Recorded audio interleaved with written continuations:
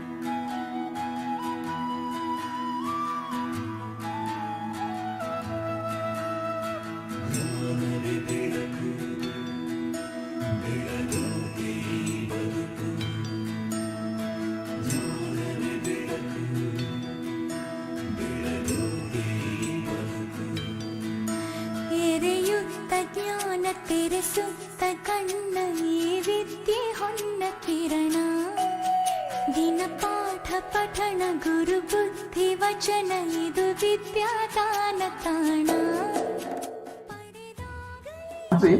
but at least in two places the students have joined together in a big auditorium and they are actually watching all these proceedings in the big screen. So as you can actually see in some of the pictures, many students are actually joined together and they are all actually very actively participating, very eagerly looking at the proceedings through their big screen. So the number is quite large, although the single camera shows it as one camera there.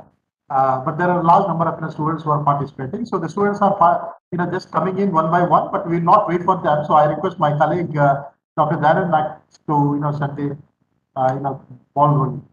Thank you, Professor Jairaj Jamin. Thank you so much. Thank you. And good afternoon to everybody. It gives me an immense pleasure once again to welcome almost all the maritime luminaries and highly intellectual personalities, those who work for this maritime security and to think about these issues and challenges. Now, let us think about this now, move on. Plenary session 6th on maritime management. And the entire session will be chaired by Vice Admiral B. Kannan and his team. The panelist, Captain L.K. Panda, Dr. Prakash Panir Selvan, Ms. Anjana Sinha will be joining later, as Chairman said already. And we have one more, Captain John Prasad Managers.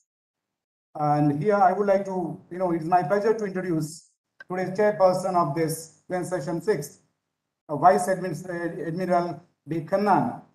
And he has got so many credentialities, vibrant, having the credentialities, having the first rank in Mumbai University. Then he plunged towards management, masters in management in Jamanlal Bajaj Institute of Management in 1981.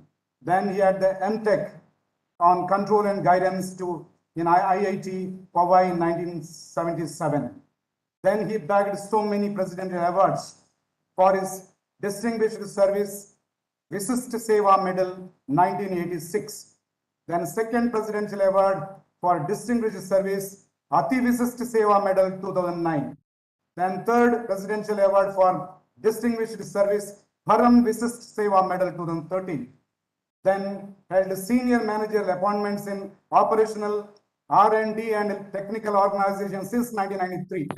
Notably, has been general manager in Naval Dockyard, Visakhapatnam, an industrial establishment employing more than 6,000 workers, has been instrumental in setting up knowledge management systems in training centers, repair operations and headquarters of Eastern Naval Command.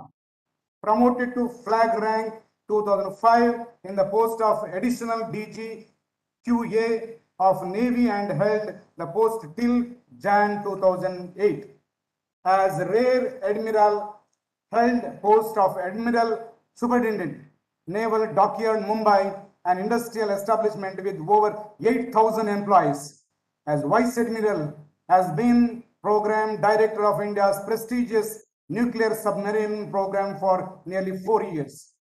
Held the post of Chief of Material, the highest post of technical officer can attain in naval service, which has a multidisciplinary cadre strength of over 3,500 engineers.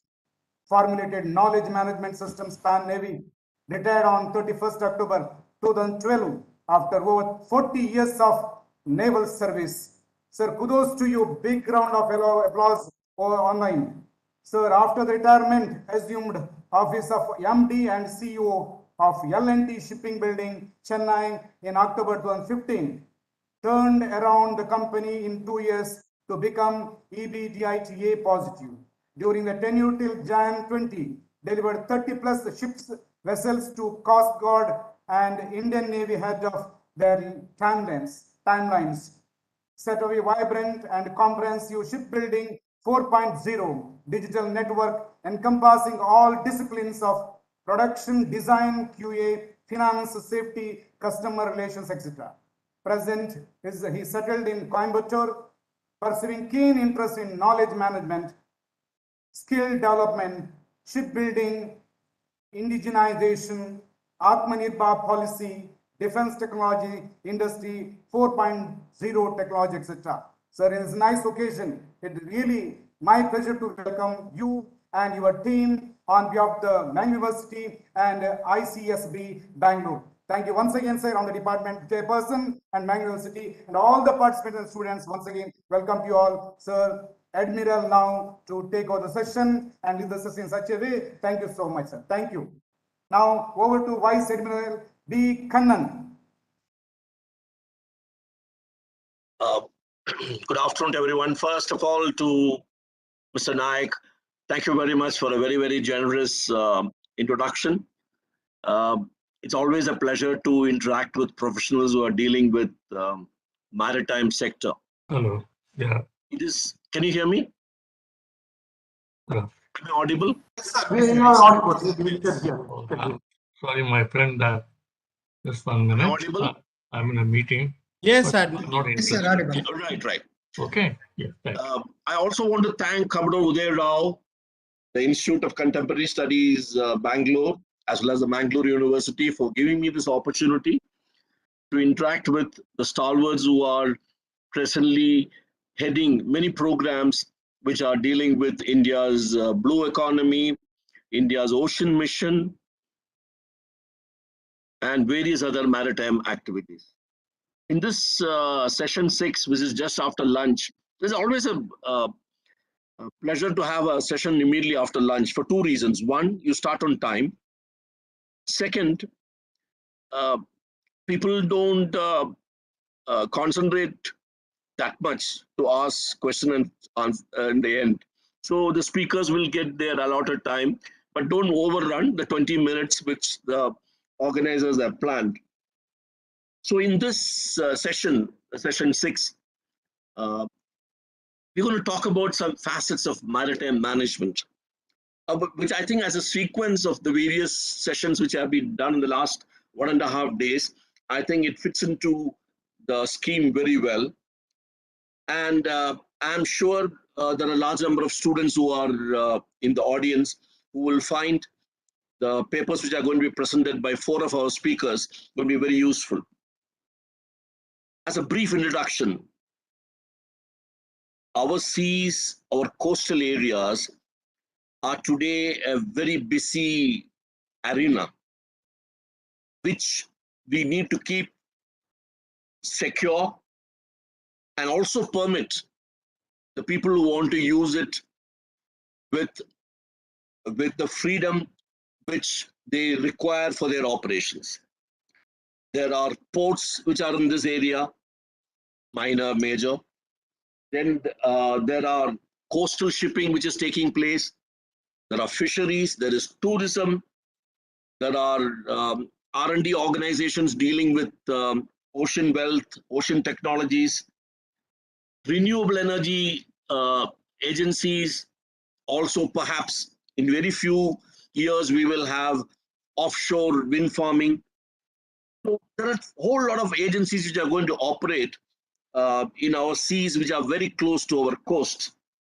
And therefore, there's a need for a clear understanding for the policymakers as well as for the people who are executing the policies, that we need to have security in mind, and we also need to have the operations go without any hindrance.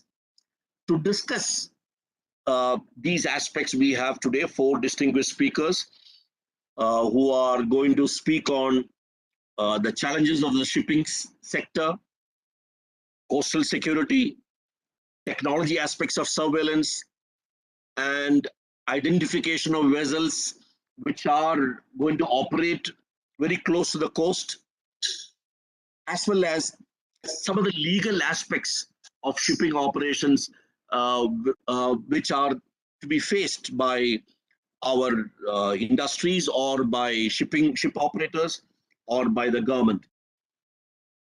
We should also remember very recently when the COD meeting took place in Tokyo, which our Honorable Prime Minister had attended, there was a lot of emphasis on maritime surveillance and networking of different sensors, be it radars, be it communication, be it satellite based, put them all together to make sure that the entire maritime domain, the scenario is available to people dealing with security. And I'm sure this will get touched upon by one of the speakers who is going to speak on the technologies involved in maritime surveillance.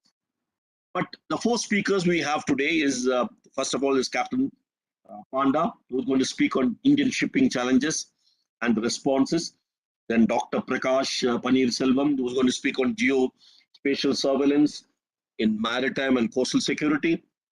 Mrs. Anjana Sinha, who will join us very soon, role of CISF in coastal security. And finally, Captain Benesis, who is going to talk about the contemporary challenges in Indian shipping, especially from a legal framework. Our first speaker is going to be Captain Panda, very accomplished, very experienced mariner. He passed out from T.S. Rajendra in 1975 and was very active in the Merchant Navy for nearly 15 years before he achieved the coveted extra mariner master certificate. Subsequent to that, he moved towards the shore. He had shore-based assignments, first with government of Iran, and then later with our own government in the Ministry of Shipping as Deputy Nautical Advisor. He was very closely associated with the development of some of the new ports which have come to India, especially on the East Coast. And he was also representing various Indian delegations in IMO, ILO, and also steering some of the protocols which were getting finalized for Indo-Bangladesh, Myanmar pact on coastal shipping. Like everybody else has to retire from government, he also retired from government service very recently in 2016, but he continues to be professionally very active, interacting with various agencies which are dealing with shipping as well as maritime sector. He brings to table a lot of experience and expertise on the topic which he's going to speak on. So I would like to invite Captain Panda. But before you start, I just want to tell the speakers it's 20 minutes. Around 15 minutes, I'll give you a small indication that you've got 5 minutes left. And if we stick to our time, and if all speakers stick to time, we have sufficient time for Q&A. After all, the essence of a session finally comes in the Q&A. And that is why you have the audience on board with you. So with this, I hand over the podium to Captain Panda. Thank you, Admiral Kannan. So nice of you. Ab initio, I thank Mangalore University, Institute of Contemporary Studies, Bangalore, Commodore Rao for extending his invitation. And what a lovely day to speak about shipping on the World Ocean Day. Well, I have been listening to the fascinating aspects of maritime security. Though I'm a man from pure merchant navy, therefore I will be touching upon the economic aspect of it. Security, as it is important and is being extended by our naval, our defense forces. At the same time, in the words of the admirals, they have said that the merchant shipping can be termed as merchant navy because that's of great strategic importance, and India is no exception to it. So during this 20 minutes talk on this vast subject of shipping in general and Indian shipping in particular, what are the challenges and how India should address these challenges. Somehow I feel every challenge should be treated as an opportunity. Yes, it's true that we had a glorious mercantile marine. Probably that boon became a bane later on. And then we will be discussing the challenges and how do we convert those challenges into opportunity.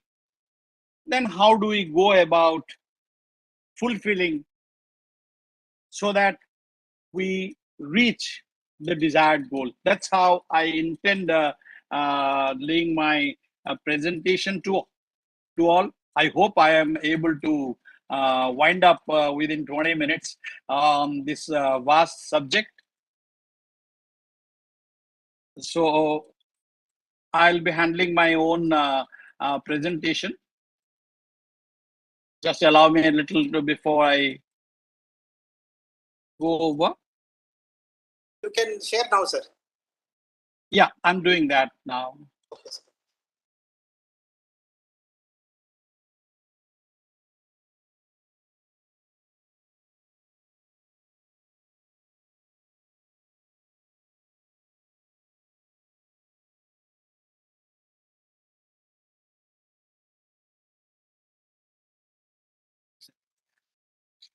I think I've already sent my presentation.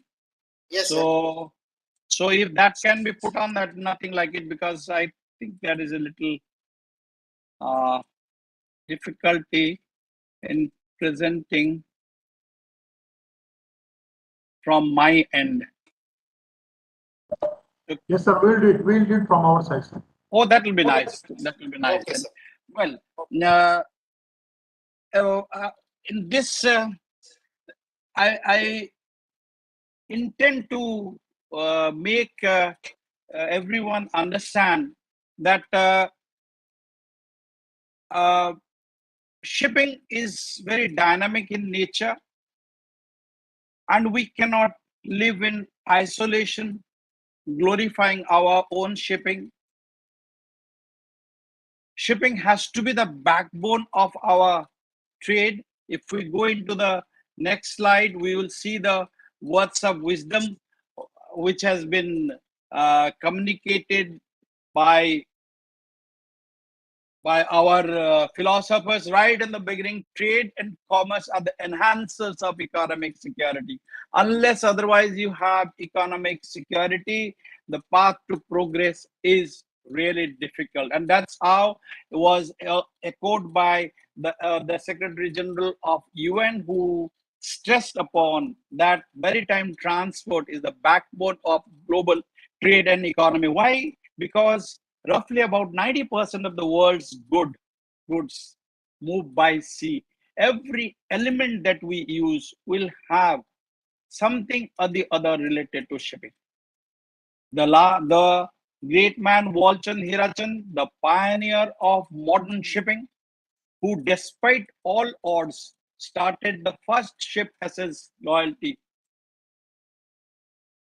wished, and in his own words said, that the true freedom and progress will be when all Indian cargo will be carried on Indian ships only. I wish his wish would have been fulfilled. Will see why and what are the challenges in fulfilling and how we should overcome. Moving on to the next slide, just going by the fascinating aspects brought out by UNCTAD, which are explaining what is happening worldwide. All these are challenges, and the ones that I have written down below in red, these are the opportunities. The challenges are, you will be very surprised to know that while the other transport sectors came to a standstill, like air travel, like the trains, like the buses were affected from 50 to 100%. Shipping only contracted 3.8% during the pandemic period. It is the great efforts of the seafarers who kept moving the cargo from east to west and north to south. And it is expected that after normalization, the shipping is going to grow at about 3%. So when you are talking about 3%, that will bring tremendous additional tonnage. So that's an opportunity. Similarly, generally, if we see that the GDP and the growth of maritime trade has been in the ratio of 1 to 1.4.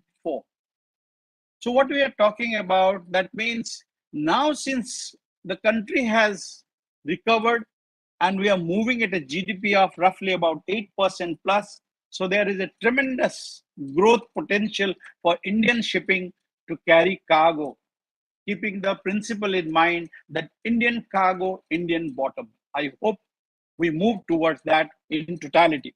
Overall, the trade is going to go up by 4% and the tonnage by 4.5%, which means we'll be seeing mega ships coming into, we'll be seeing valley ships, which will be carrying roughly about 300,000 tons of iron ore.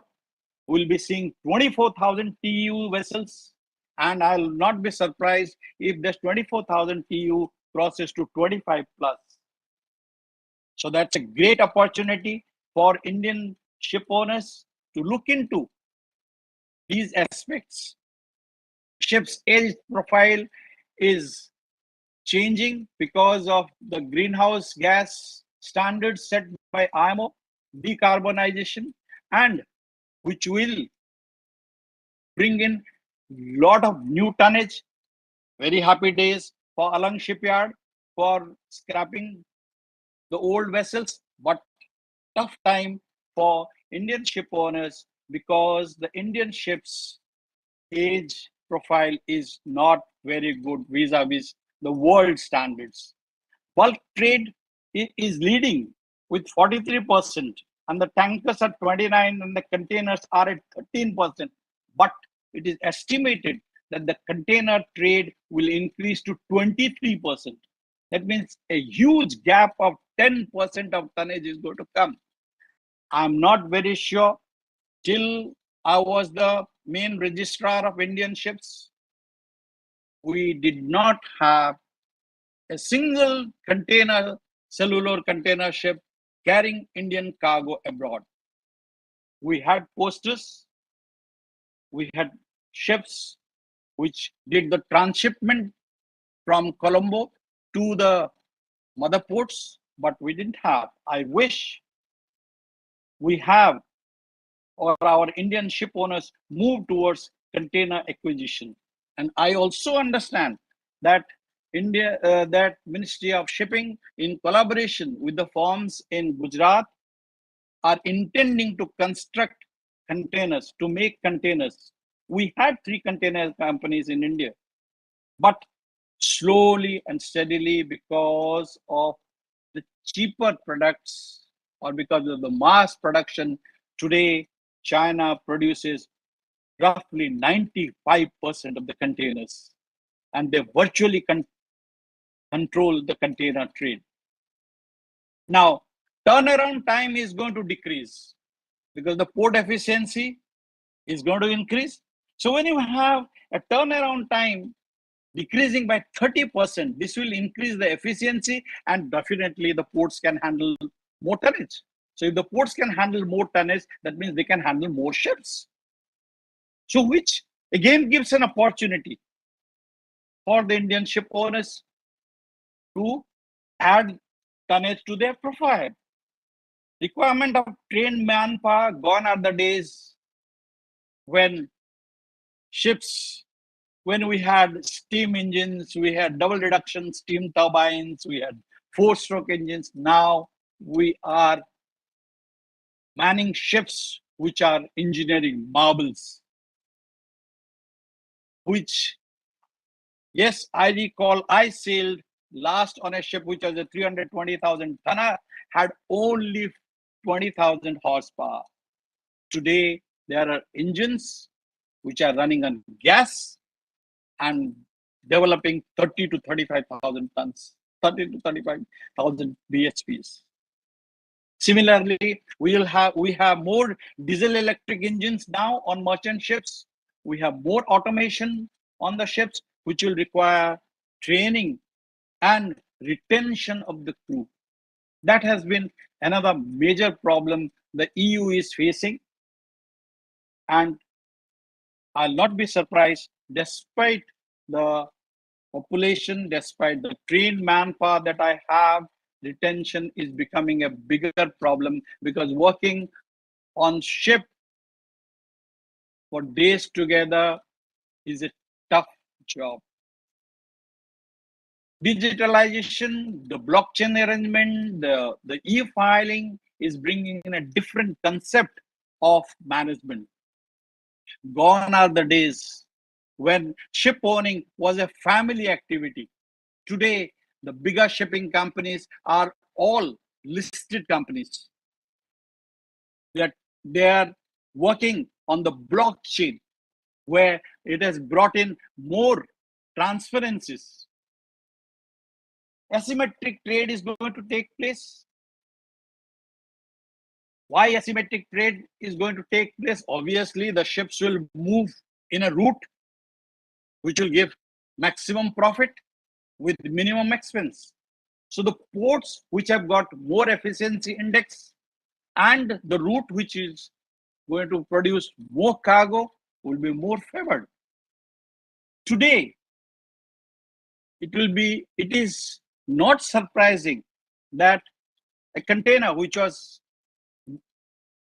demanding about $1,000 to move from the port of China to West Coast is commanding well over $10,000. So when that kind of movement is there, obviously there will be more ships moving on that trade than moving on other trades. So there will be an asymmetric movement of ships, and this is where there will be a vacuum, and the Indian ship owners will have to see those voids and fill up accordingly with smaller tonnages. This is one issue which is happening world over. Geopolitical situation is changing and it is impacting the trade severely. Why I am saying? Because we have seen very recently, after the benefit extended by Russia for crude oil, regrettably, it is understood that we didn't have enough ships of our own to meet our need. And the sanctions prohibited the European ship owners, the Japanese ship owners, or even the American ship owners, even if they were registered in the FOCs, to give their ships for such cargo transshipment. This is the reality, and that is what is happening. So with these challenges, in a very broad-based manner, have to be converted into opportunities. So these issues have to be discussed in detail, and ship owners will have to take a call along with the national authorities, how to address such challenges and convert them into opportunities. Now, moving on to the next slide, depicting the same issue with respect to the national trend. The national trend is that, as I said, that just about 3 or 4 decades ago, India was carrying roughly 40% of cargo on its own bottom. Today, we carry only 7% of exim cargo, and just about 40% on the coastal trade on our own flagships. Captain Panda, sorry to intervene. Captain Please. Panda, we've got 5 minutes left. Oh, okay. We'll rush through them. Okay. These are the major issues which I have highlighted, and they will be available to all. Now, moving on to the next slide, what we have is, this is a general maritime profile of India. I have just taken 6 or 7 countries and compared them. As you can see, our tonnage and our growth in tonnage at present is not meeting the requirement or meeting the desired level, but the government has already taken initiative, created a fund, and I'm quite sure we will be moving towards meeting our objective of increasing the share of Indian ships carrying Indian cargo. Moving to the next slide, what we have is just a glance at the profile, that what type of ships that we have. We have totally about 1491 ships, small and big, which are operating, of which only about 400 odd ships are on the exim trade. Rest all are on the coastal voyages, because our coastal, offshore fields and the other supporting activities require more number of smaller vessels. Therefore, there is an asymmetric distribution of number of vessels on exim trade and number of vessels engaged on the coastal trade. Moving on to the next slide, Indian shipping, as I was explaining, that our energy requirement is increasing by the day, and looking at the resources that we have with respect to transportation, one question we ask ourselves is that, do we have sufficient tonnage for energy or container trade? And with the lesson learned of this Russian and Ukraine crisis, there is no doubt that every country has to become Atmanirbhar in its own manner as far as carriage of goods are concerned, to the extent possible. The dependence on foreign flags must be brought down as much as possible. Looking into the next one, why it is not happening? It should have been happening before. We should have taken these steps much before. However, it is not too late. Appreciating the gaps and the opportunities, the challenges, I have summarized it into 3 verticals. The short-term challenges, which are the contemporary challenges that are arising out of our present tax structure, which is not conducive, and which is, as per our present environment, we had the Shipping Development Fund, but unfortunately, same has been discontinued. But I understand that in the recent initiative of the government, another fund has been created. The midterm challenges are to meet the ensuing trend in shipping in view of the changing pattern in trade. That means we have to change the nature of ship owning. The conventional method of having ship owning as bulk carrier, tankers, and etc. must change. The long-term challenges are primarily due to the new technologies coming in. The new technologies, the change because of the digitalization, because of the decarbonization, because of the IMO's direction of reducing the GHG to 50% within 20 years, and the monitoring processes by the different PSCs. The shipping industry has to cope up to monitor, to meet the excessive requirement of monitoring and control. Moving on to the next one, what we have is that these are the challenges which are short and mid-term: absence of long-term maritime policy. Though the ministry has published, there is Admiral Kannan, anything for me? I hear. Okay, I'll just take 2 minutes only. Yeah, it is from Mangalore University, whatever is it, but you just crossed your 20 minutes. Quickly wrap it up, please. Yeah, I understand the subject is too vast. Okay, so these are the short and mid-term challenges which I have put in a nutshell.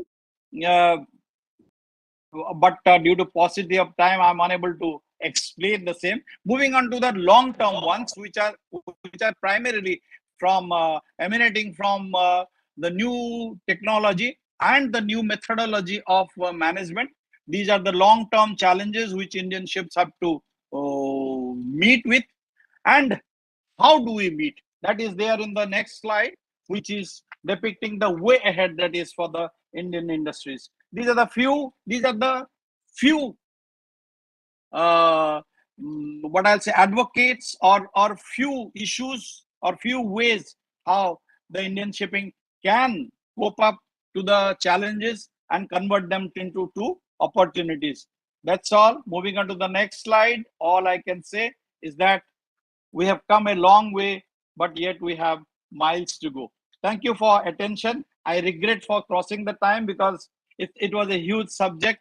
I am aware that I've not made adequate justice, but I hope I have conveyed the main spirit in a nutshell. Thank you, Admiral Kannan, for giving me 2-3 minutes extra. Thank you.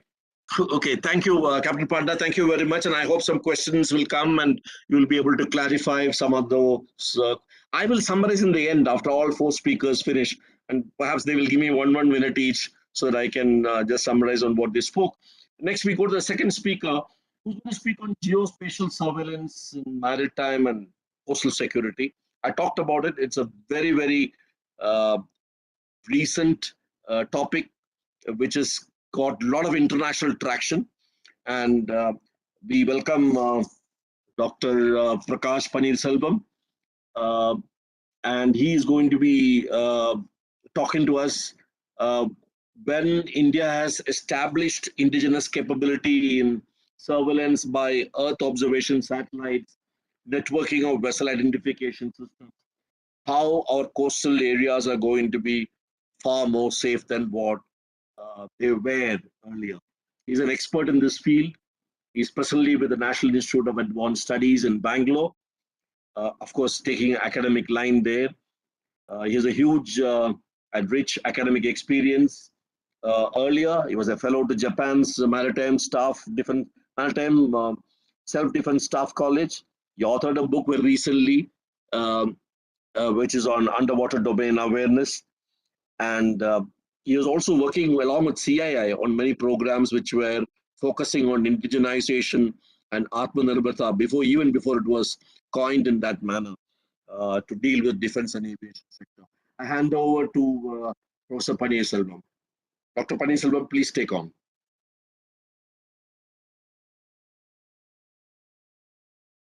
Dr. Paneerselvam? Yes, sir. Can I hear you, sir?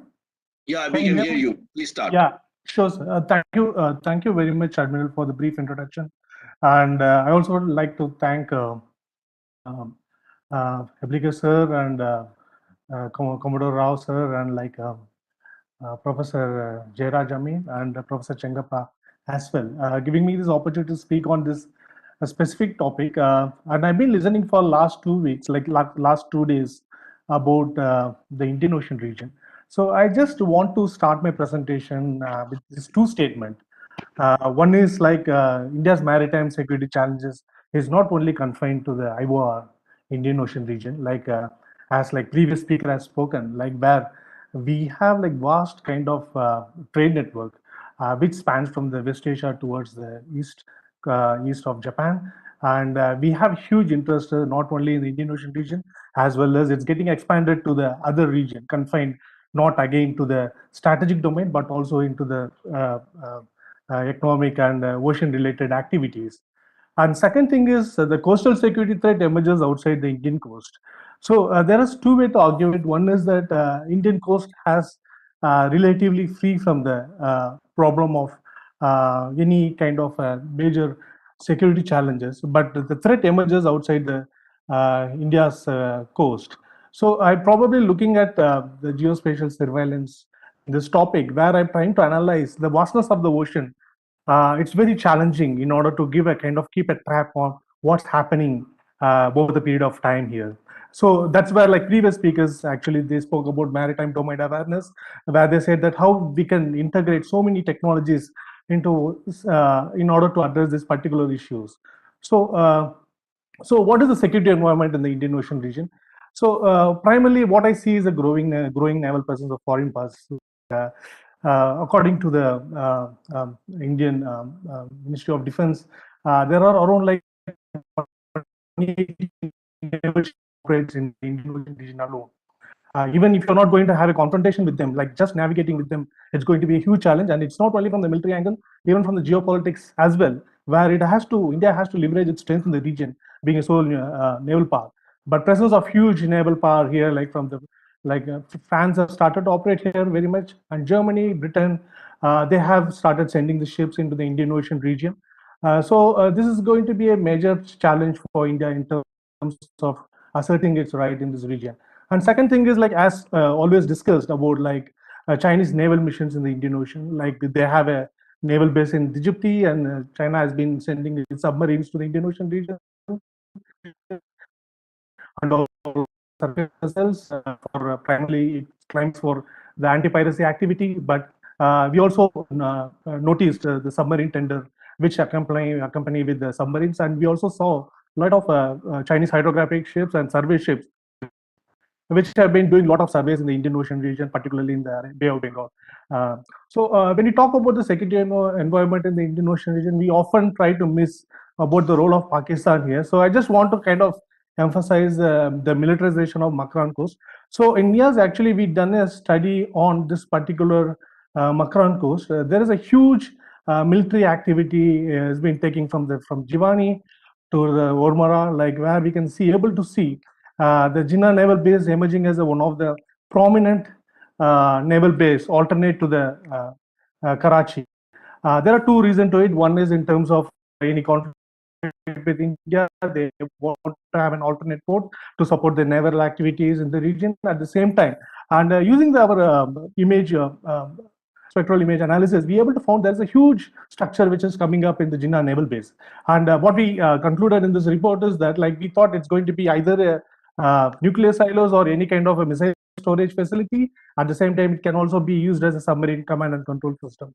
So these are the two important factors which I just thought I'll figure it out, like figure it in the presentation, so that a kind of idea which can give how the geospatial surveillance can really work in order to monitor what's happening around, not only in Indian coast as well as what's happening in our neighboring countries.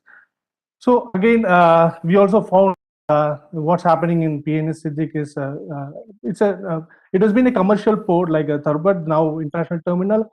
Now we have seen that there is a massive expansion under the CPEC project. Like Pakistan Navy has expanded its naval facility in the Turbot International Terminal between like 2014 to 2018-19. We can see the Pakistan Navy has deployed P3 Orion and other air reconnaissance unit in this region, primarily to cover the both land and the maritime aspect related to the protecting the China-Pakistan Economic Corridor.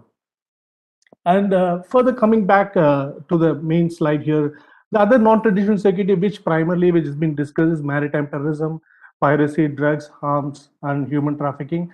And we can see the Indian like region again, like both the coast, like Bay of Bengal, where the Yaba route, which is again a quite infamous route for smuggling of this particular cocktail mix of contrabands, and in the Arabian Sea, again we know that the huge traffic of narcotics has been happening from the Macron coast, and which reaches to the other small island countries, and it also goes to the African coast.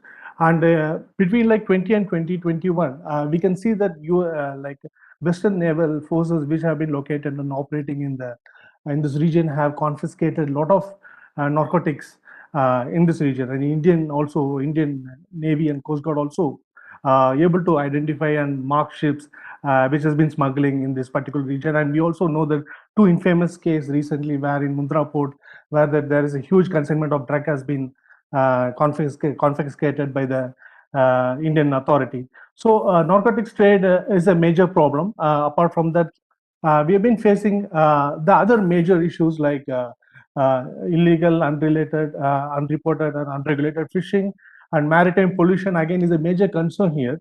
And the oil spill has been a major concern in this Indian Ocean region, because this is a huge route for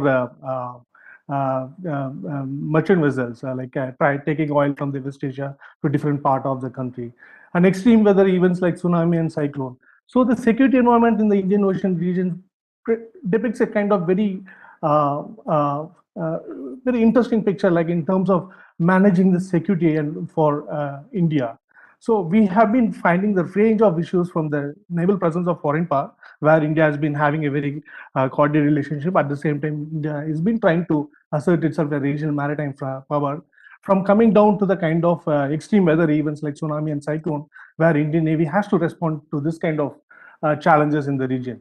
So again on the Indian coast, what are the vulnerable points where you have a strategic assets like ports, shipyards, nuclear power plant, missile testing facility, space facility, and major industries, which is again has to be the responsibility of the both Indian Navy and the Indian Coast Guard, and oil refinery, oil rig, heavy industries, and major hotel and resort has been recently, or like in the last 10-15 years, we've seen like how the terrorism have been targeting the hotel and resort in the Indian Ocean region. And again, another interesting point which I want to flag it here is that EEZ, actually exclusive economic zone, is gaining a lot of traction in the international relation. As like we're trying to see a lot of countries in the Southeast Asia, they have been picking up fight like between the dispute arising between the Singapore, Malaysia, and Indonesia on the EEZ grounds, and it's been widely used by the other countries also, not following the UNCLOS or other thing. And we also have like some kind of like 1,382 offshore islands and islet, which is going to be again a major area of security focus. Again, monuments, national monuments, and religious monuments. It's again a major concern for security. In terms of security, like it might provoke it might stroke a religious tension in this country. So again, it's very important to understand the context of what is the societal aspect towards the coastal area. And the marine environment, again, we have to protect the wetland, mangroves, climate changes, which is again be a major point of issues when we're talking about the coastal security here. So, I just want to, so what kind of role the geospatial surveillance, actually the technology, has been primarily used in terms of, like where previous speaker has been talking about maritime security. The maritime security is a wide umbrella term, and maritime domain awareness is one of the aspect which discusses, like not only talking about the maritime domain, it also discusses about the various aspects which is connected to the maritime domain. So, for example, a simple example which I just want to flag it here is the maritime transportation, which is a very complex organism on itself. It has been connected with waterway, highway, railway, bridges, people, vessel, truck, cargoes, and train, etc. So, a lot of information has been flowing in related to the various idea and various goods related activity, which is to be monitored and to be accounted. And these are the activity which is happening on daily basis. And how to organize this kind of chaotic and like this kind of challenges. This is one of the major problem in the maritime domain awareness, like which again, how you are going to ensure the safety and security for planned and unplanned event on daily basis. And so in what way the role of geospatial surveillance is going to be used. This was the major focus of this particular topic. So I'll just move on to the next slide where how the satellite and it can help in the MDA. So the major purpose of satellite role in the MDA is to to monitor. It can be organized in two factors. One is monitoring ship movement, like tracking, and if it like on the military aspect, if you want to climb, it's like intelligence, surveillance, and reconnaissance role.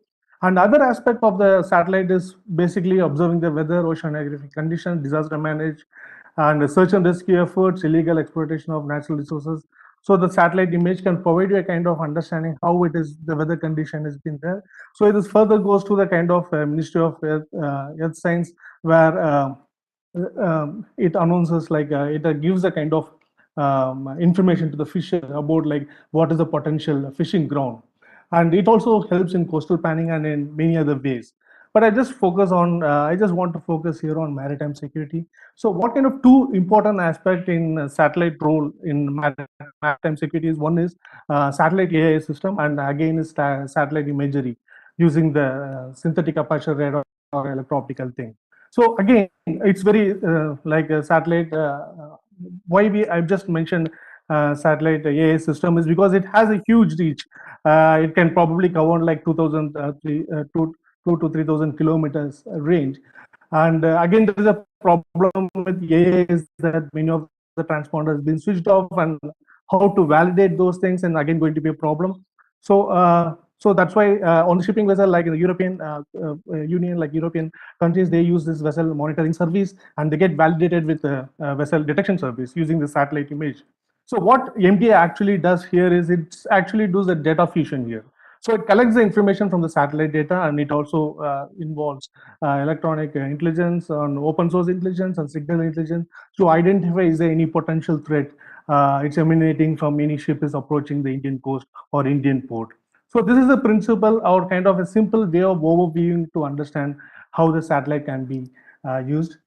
So again, coming back here, like where we've been discussing, it also used in terms of electronic intelligence and optical radar imaging. Satellite provide useful information on naval vessel movements. What we are trying to actually look in terms of Chinese carrier battle group, which is operating far away from the Indian coast and South China Sea are there. So how that you're going to pinpoint those activities in naval vessels. So this kind of image processing, image satellite can provide accurate information of what's happening in the particular region. And it also useful in terms of oil spills. Like last year, Mauritius, actually there's one Japanese ship which ran aground on Maldives, which created a huge oil spill. So satellite actually provided the way how it has been, oil has been spreading across in the ocean. So it can help in that fashion, and it also definitely help in HADR activity. And satellites actually can give you the extreme weather and SAR information. Satellite again has a huge role in terms of maritime trafficking, maritime traffic, and tracking prohibited import or export goods and critical infrastructure security like oil rigs, etc., and environmental protection. So the last one actually, it's both the even the industries have been more interested in this particular line, like securing the critical infrastructure and also tracking the fleet management. This is one of the areas aspect where the industry which has been keenly looking into it. So space capability is a very important factor. As so India has, ISRO has like a good capability in the domain. It has like 13 Earth observation, which provide imagery. At the same time, it also provides various other data related to the what one item is Indian remote sensing satellites and largest civilian remote. Actually, constellation, the orbit can provide data in spatial, spectral, and temporal, and some provides less than 1 meter resolution. So this primarily it's used for the civilian use, but it also has a dual purpose where it can also use for the security and the military perspective. in the aspect. And the Cartosat series, again, it also has a camera of a camera, which can also provide a kind of imagery, which again used by the various in various operations in order to identify the terrains and all those things. So now there is a lot of availability of commercial imagery, which also produce like less than 1 meter of resolution, which has been extensively used for many other purpose, both in terms of civilian at the same time for the military purpose. So the satellite capability is not only just for the consumption of civilian and military aspect, but it also can be used in the outreach activity like information fusion center, where the Indian Navy providing crucial information to the IOR countries. It's also based on the data which it brings from the satellite AI systems, and it also bring in other data, and it also provides a kind of huge pictures and also advises the various other countries in the Indian Ocean region and what are the threat they've been facing and how it has to be like managed. So space capability is an important aspect when it comes to maritime domain, not only just for from the protecting our own security interests, at the same time also reaching out to the other countries in the Indian Ocean region, or like otherwise you can call it as a kind of soft power diplomacy, where you can use a satellite as one of the important tool in the foreign policy, in along with other Dr. maritime. Paneerselvam, just 3 minutes more. Sure, sir. So these are some of the satellite imagery which satellite system which currently India is in use. So the image capabilities have been moves from the 10 meter to the 1 meter of resolution, where we can see it on the left side. So just to give a kind of glimpse how the various satellite which has been involved, which primarily used for the civilian purpose, then it also has a kind of military use. So the space capability, if India is like we have research like which has the SAR capability, which has been purchased after like during the Mumbai 11 attack, which has an all-weather capability and has a very high resolution from 1 meter to 0.5 meter resolution, which can provide a very clear image about on certain particular areas. And India GSAT actually has been launched in 2013-14. Again, its sole purpose is to monitor the Indian Ocean region and to provide a kind of capability for the Indian Navy in order to operate in this environment. So the high spectral imaging satellite has been launched in 2018, which again has a kind of high resolution, very high resolution, like it goes even to the 0.3 meters. So we recently India has launched satellite-based electronic intelligence satellite EMISAT, which actually will be very important aspect in order to operate and also listen to the use in the naval operations.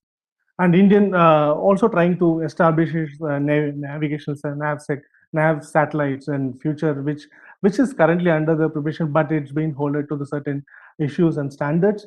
And the Indian Navy is also planning to acquire global imagery satellite, planning to launch this particular satellite, which will give a kind of dedicated satellite for Indian Navy to observe imagery on particular area of interest in the Indian region. So India and France also formalized around like 10 low Earth orbit satellites having space technology, AIS technology to monitor vessel in the Indian Ocean region.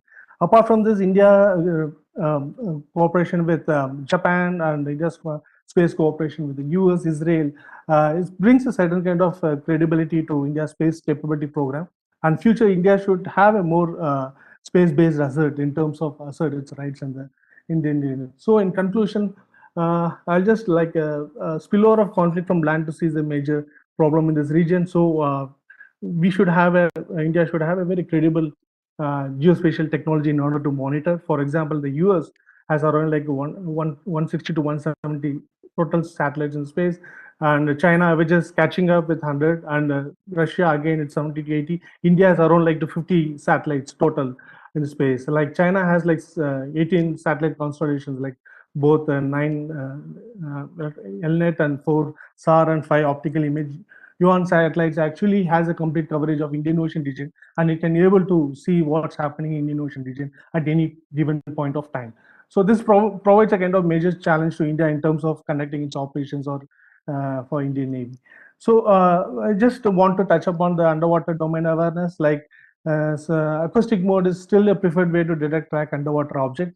There are certain experiments which has been carried, and there is a lot of widely published research articles which talks about like satellite using laser to detect the submarine. But given this present satellite as submarine capability, which can deep diver, and it can also maintain still a kind of very silent acoustic. So it will be very difficult to use satellite to detect the submarine. But what we try to do in NIAS is like we used particularly when you are watching the Chinese submarine, we try to figure out is there any submarine, Chinese submarine tender vessels are either located in Sri Lanka or Pakistan. So if there is any Chinese submarine tender vessel either has been docked in the Sri Lankan port or in Pakistan, we try to assume that there is a kind of Chinese submarine in the Indian Ocean region.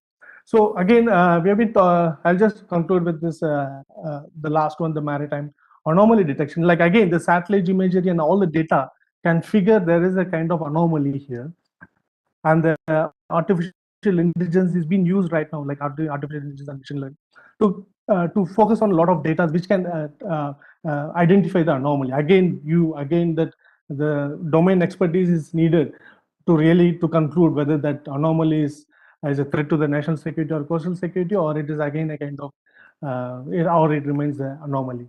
So I'll stop here, sir, and I'll be happy if there is any question. Oh, thank you, Dr.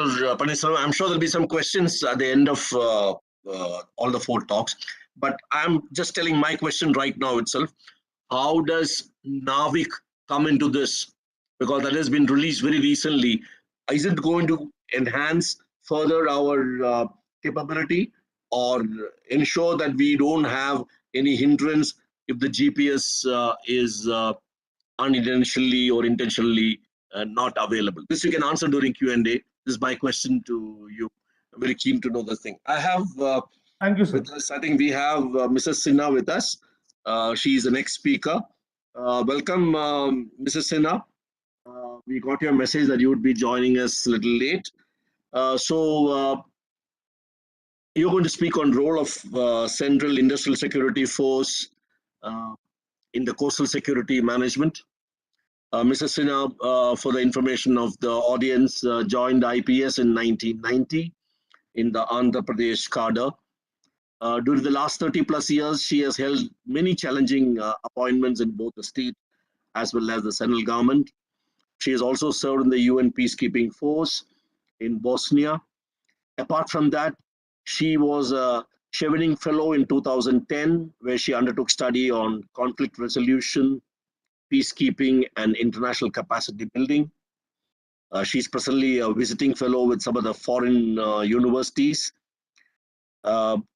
In continuation of her very creditable academic record, she was appointed in NISA, which is the National Industry Security Academy, where she galvanized the entire training program and gave a lot of impetus to the quality of training being rendered there. After that, she has moved out of NISA, and presently she is the Inspector General of CASF Southern Sector. So I welcome you, Mrs. Sinha. We're looking forward to your presentation on role of CASF in coastal security management. I hand over to you. Thank you very much. The Mangalore University and the Institute for Contemporary Studies, Mangalore, for organizing this very moot webinar. And I don't think there can be a better timing for discussing the topic or the theme of issues that we are, as of yesterday and today, about maritime security, because we all know that we are now living in an international environment where conventional war is passé. Of course, exceptions being what's happening in Ukraine and Russia, but conventional wars are the thing of the past.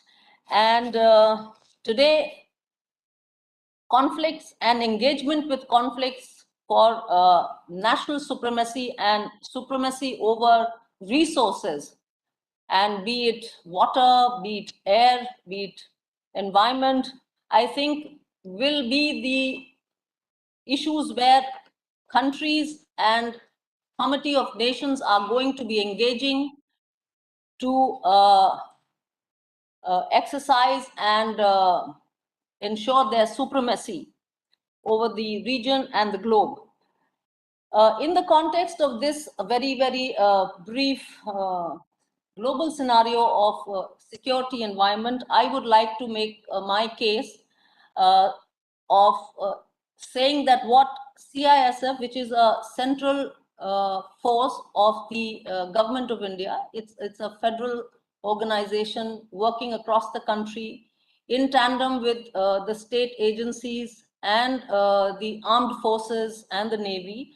And its mandate is basically to ensure that wherever they are deployed, and which includes the seaports and assets of the government of India and our country, which are situated on the coast and in the maritime region.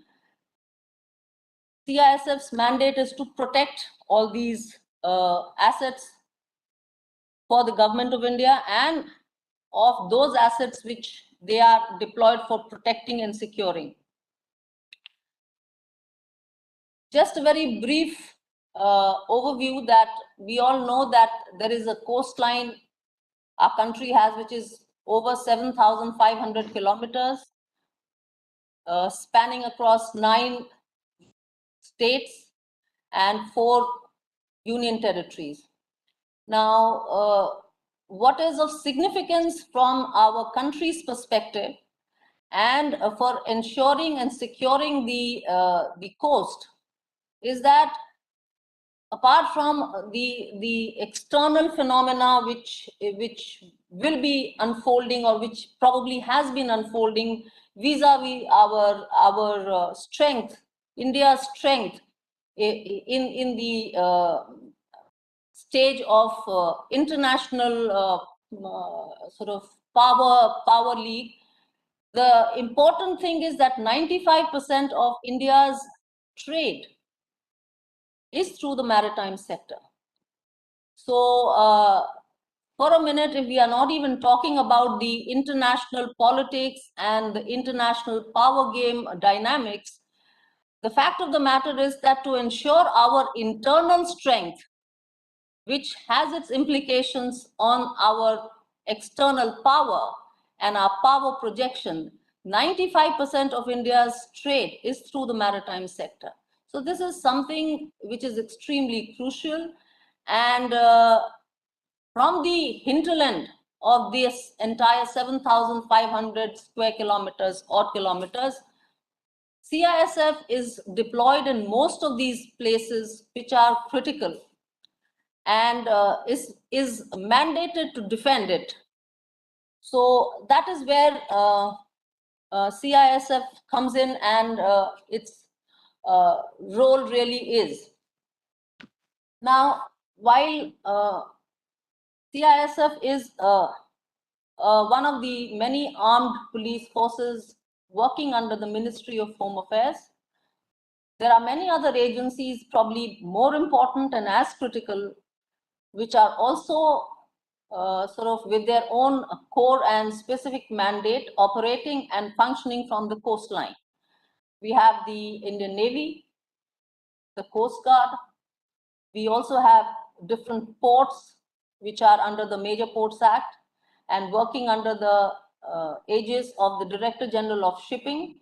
And we, of course, have the Ministry of Fisheries, which kind of supervise all the fishing and all the highway trawling and maritime aqua trade, which is governed and which is registered with the Ministry of Fisheries. Next. Just a brief overview, which I think probably is not required, but we'll just run through it just to get the sort of numbers in mind, that we have, as of today, 12 notified major ports and 239 non-major ports. Now, when I say non-major ports, what it really means that these ports are probably handling not probably, they are indeed handling more volume of cargo and export-import through the maritime sector than the 12 major ports which are notified under the Act of the Major Ports. But since they are not notified and they are not under the Ministry of Shipping, they are known as non-major and not minor ports. So they are not minor ports, they are non-major ports, just by virtue of the fact that they have not been notified as a major port. Now, we have a list of all of this, which I will share with you. And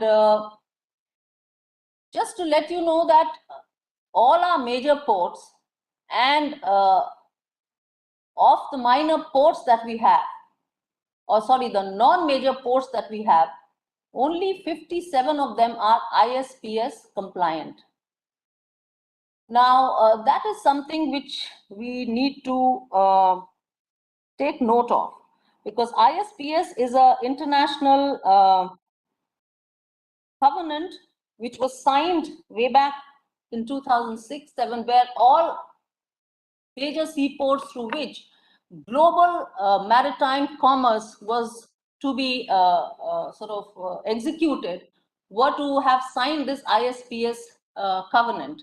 Now, in our country, there are many ports which are doing a large volume of trade, but they are not ISPS compliant, and this is a matter of straight a matter of a security concern from our country's external security point of view. Now, the implications of this is that, one, they are not under any kind of government, be it the government of India or the state government's supervision. Their norms are purely defined by their own terms and conditions, and as of today, they are not being governed or monitored or supervised by any government agency, be it local, be it state, or be it the federal or the central government. Now, this is something which I want this particular forum to sort of take note of and recognize that this is something which is a matter of great security concern from our country's national security perspective. There is a list which is part of the PPT, and it can be shared by, it can be accessed by everybody who's attending this conference. So, and if you have a look at it, there are lots of ports which are, can you go to the Gujarat thing, 46? Which are non-ISPS compliant. आपसे बोल रहे हैं, गुजरात वाले में जाइए, तो 57 वाले में जाइए, list of ports में जाइए. Now, if you see, there are so many ports, just leave it at that, which are owned by private organizations or private conglomerates.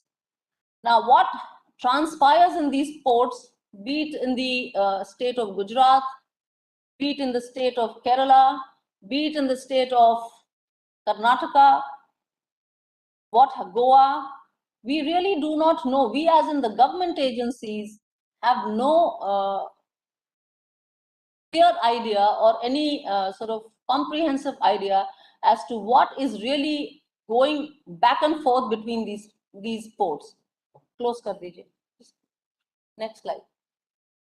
So this is a matter of concern from the internal security perspective as much as from the national security perspective.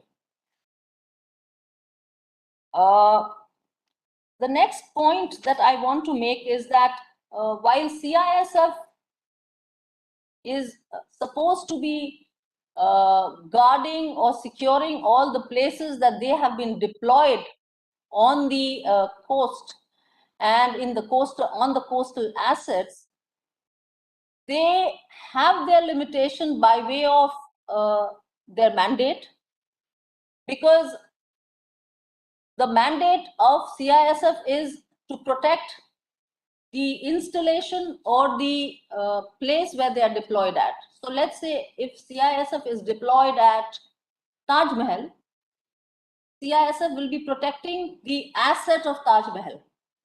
That is their core mandate. Similarly, if they are deployed at, let's say, Chennai port, their mandate is to ensure the security of the assets of Chennai port. What seems to be absent, or at least what seems to be missing, is the larger picture of ensuring or protecting the national security part or the component of this securitizing of the asset. So this is a point again which I want to make, is that there is that slight lack of appreciation in terms of the deployment of the CISF when it is mostly doing what is called asset security and not sort of enlarging its capacity and its perspective of ensuring national security within the places where they are deployed. And in as much as that, it is very, very necessary, and it's very, very probably more than required that there has to be that tandem between the Indian Navy functioning, the Coast Guard's functioning, and the functioning of the CISF at all these points where they are deployed, if not concurrently, but at least, they are deployed sort of in a cluster. So the need to be tandemizing and synchronizing the functioning of the CISF, the Indian Navy, and the Coast Guard, especially on the sea coast and in the territorial waters, is something which this forum needs to look at. And how we need to do it is something which needs very, very immediate addressing. In my 2 years of spending time in this job, in this assignment, where I have seen the functioning of 6 ports, which are major ports of our country, that while the CISF does what it does, it's not engaging, or they are not being engaged with by the agencies like the Indian Navy and the Coast Guard. And while we all, in more ways than one, are agencies which are also mandated to ensure the national security matrix of our country, there is very little coordination, if not sort of exchange of information and exchange of operations between these 3 agencies. So the point that I would like to raise in this forum is that there is a huge requirement of synchronizing national security concerns between these 3 critical agencies, which are meant for and mandated to ensure that security of the coastline is maintained and its integrity kept intact. Mrs. Sinha, I just want to draw your attention. You have another 5 minutes only. You have only 5 more minutes. Well, I thought the other gentleman spoke for more than half an hour, so I thought I would be given at least 20 minutes. I've just spoken for last 5-7 minutes. I'm sorry, nobody has spoken for half an hour. I've been keeping the time, but you have only 5 more minutes. Okay. So, so the point that I'm trying to raise through my presentation is that there is a need to share information against the philosophy which is being practiced by federal agencies and the government of India, is that need to know. I think the days of need to know are sort of gone, and we need to share. A lot of things we need to share to ensure that our security, especially at the international boundary, and more so from the boundary which is from the waters and from the seas, need to be secured. The other things which we need to look at is that what goes out from our from our country and goes to these international transshipment hubs, they go completely unmonitored. And what happens from those transshipment hubs beyond for global trade is completely unmonitored from our country. Whereas the other countries, even countries like Singapore, UAE, Turkey, smaller countries I'm talking of, they all have their ways and SOPs of monitoring these things when the shipment leaves their shores and goes to their point of destination. So let's say if I'm trading in cars and the cars leave Chennai port, they go to Colombo, they are there at the transshipment hub for some odd number of weeks. We don't know what's happening there. And from there, the container or the cargo again moves to Africa, it moves to Europe. And at the other end, what is finally being received or what is happening there, we in our country, we have no way of either tracking, monitoring, or even governing that kind of thing. So this is something which we really need to look at. Now, some of the assets which are there, which are our national assets, and which really don't go protected or they don't go securitized the way they ought to be, are our offshore terminals, which are in the waters, our vessels which are at anchorage, and then of course the most critical thing being the single point moorings. Now, SMPs are one of the most critical assets of any port, and they are as much being used by the Indian Navy and by any defense organization as much as by the commercial organizations. And of course, they are the one of the important infra assets of the ports. Now, in our country, there are as many as I'm given to understand, about 30 single mooring points. But from my knowledge and understanding, I think there is only one or two which has government provided security. The rest of them are all manned by local private security. Can you just go to that single, just that, no, now single point mooring is a offshore floating buoy, and it's normally within the territorial waters but way beyond the main coastline, and from that mooring point there are a lot of things which come to the land. Now it could be oil, crude, gas, liquids, many things which come through this single point mooring, and most of it is unprotected.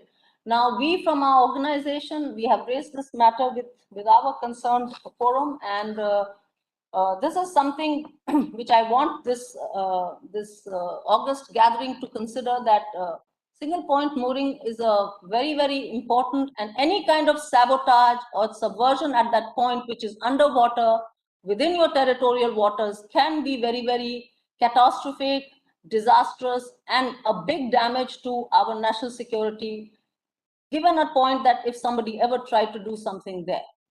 Next slide. This is just a picture of that.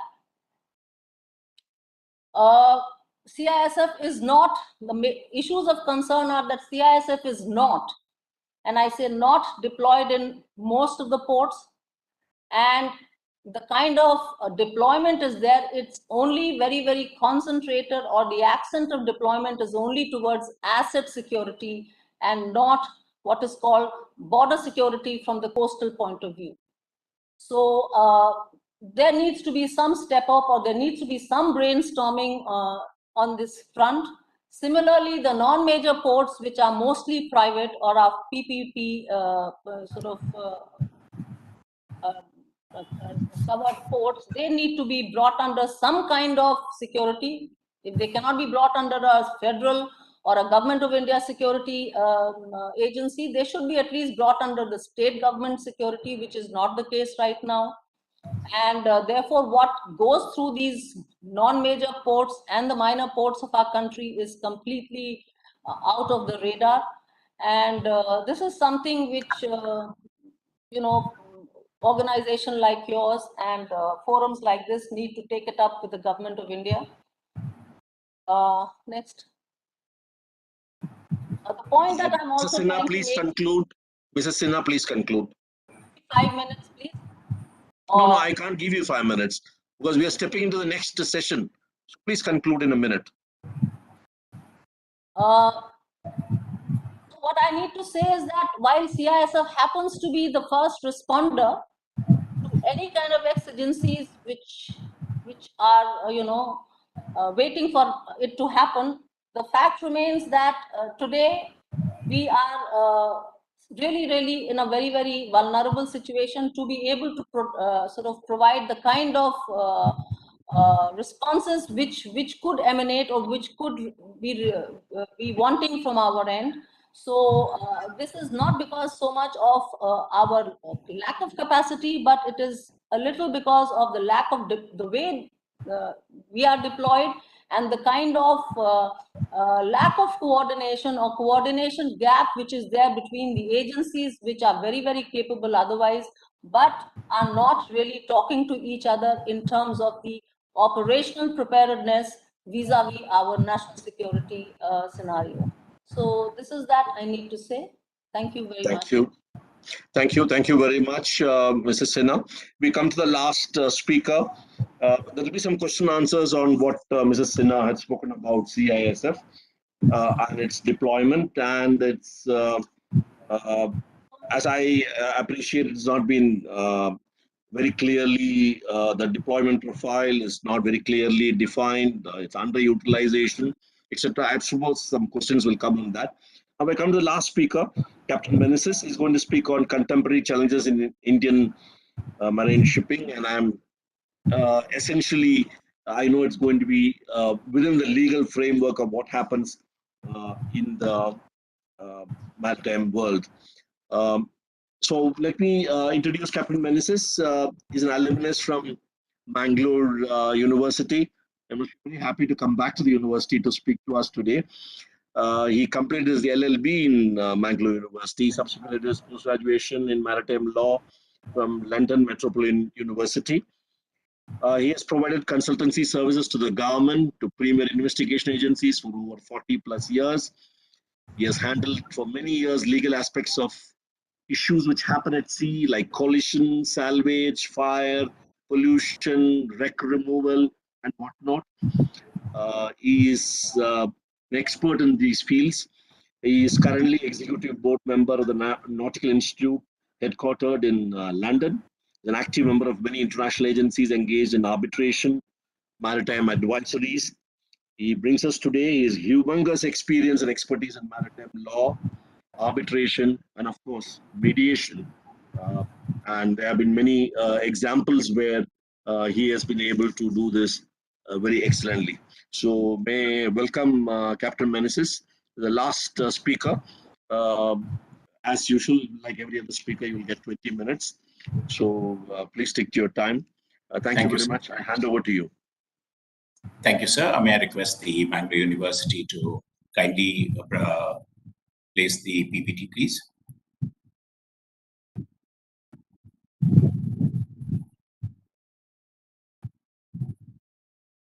Well, I would like to congratulate the Institute of Contemporary Studies and the Bangalore University for organizing this webinar. And I would also like to place before the students of the Bangalore University that I did my law degree from the STM Law College and passed out in '95. And here we go. Actually, since we are going to be under the topic of maritime management, you have to understand who are the stakeholders for this particular maritime management. First slide, please. So if you're going to understand the stakeholders, like I would like to make this particular statement that shipping is the biggest industry in the world. Why? Because at the building stage, let us look at who all the people are involved. You have a naval architect, you have the classification society, you have ship owners. And what do? They bring in the particular broker, and the particular broker introduce them to the yards, and with the yards, the tie-up with the banks come in. So automatically, once at the shipyard, Admiral Kandan has handled so many shipyards, and in every particular shipyard, you saw the number of people employed. 6,000, 8,000.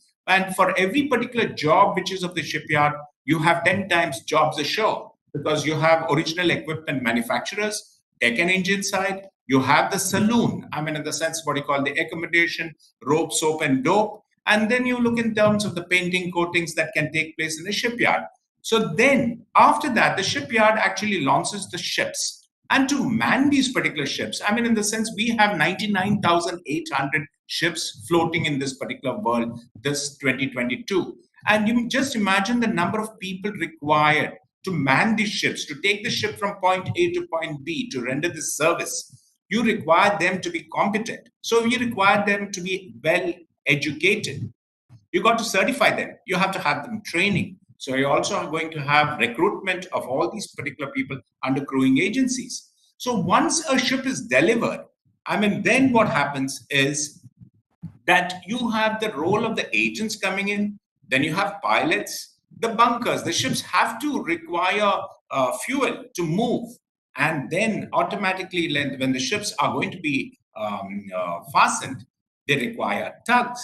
I mean, you require charts. And to prepare the charts, you have a separate hydrographic department to prepare charts. Then to place this particular part, you require channel boys. I mean, you have a total industry by itself. And above all, you have the different types of underwriters, whether it is Allen Machinery, the protection and indemnity, the freight damage and defense, the FDD, or whether it's kidnap and ransom, or any of these particular 5 type of underwriters that will come into the picture. Now, during the operation part of it, you have the port authorities coming into play, the customs, the immigration, the port state control, the coast guards. And just now we mentioned about the major and minor ports across India and across the world. And at the same time, Madam just mentioned about single point mooring. So you have a lot of lighterage operations, as well as in FPSOs, you have also offshore lighterage operations which take place. So you can just imagine the number of employment that this particular shipping industry gives. Next slide, please. So this particular part, no, the previous one, the infrastructure, part 2 of the previous, yeah, that's right. So now for ships to move, you require ports. And those particular ports are interconnected, I mean, by locks, or whether it's be the canal. You recently last year heard about the situation of the Ever Given in the Suez Canal. Then you have the Panama Canal. You have different seaways, and all these particular places have to be kept to a particular maximum available draft. So you have the entire dredging industry. So even if a particular port has to come into play, you have dry and wet excavations. You have the cranes which will load and offload of the ships. You have various cargo equipment. You can just imagine, Captain Panda mentioned about ships of 24,000 TEUs. So you can just imagine the type of equipment that is required to move this particular type of cargoes. You have barges, then you have dry docks where you have maintenance and workshops. Then what does this particular shipping service do to service? It services the society, because I mean our Admiral FDMOS, the former IMO Secretary General, mentioned that if we do not have shipping, we will either half the world will starve or the other half will be frozen to death, because the shipping moves cargo. I mean, it is silently giving a service, and it moves oil, ore, grain, coal, gas, steel, containers, passenger ships, I mean, passengers, energy. And though we had a COVID pandemic in the last 2 years, but everything was moving, the merchandise was moving through the container trade. And all this is regulated by the different administrations. I mean, in the sense, what you call, at the international level, you have the IMO, ILO, WHO, UNCTAD. Now we have the climatic change being monitored by UNFCCC. Then you have the World Treaty organizations, and automatically the World Custom Organization. These are some of the administrations which will involve with shipping. So it provides employment even at the governmental sectors in different countries. And then you have institutions like the International Chamber of Shipping. You have the BIMCO, the World Maritime University, International Association of Ports and Harbors, IALA, I mean, like, World Shipping Council, International Transport Federation, Intertanko. I mean, each of these particular sectors, if you go down the line. And I mean, since I come from a particular particular field, I mean, what are the alternate dispute resolution institutions? I mean, in the sense, whether it be the commercial courts, I mean, in the sense what you call the International Chamber of Commerce, the London Court of International Arbitration, the London Maritime Arbitration Association, the SEMA at New York, the Singapore Chamber of Maritime Arbitration in Singapore, Hong Kong. I mean, these are the different, I mean, in the sense, then if you have even border disputes, you have the ITLAws, International Tribunal for Law of the Sea. I mean, so these are the different stakeholders of the shipping industry. So next slide, please. Now, shipping does not, like, on its own, it cannot survive. It requires international trade. And what are these particular factors that are required for this international trade? I mean, these are the simple basic economic factors. That is, you have scarcity of resources. Some places have abundance of resources while the others don't. Then there's demand and supply of services, and automatically shipping also moves on labor, finance, and land. I mean, rather, ship itself, the subject.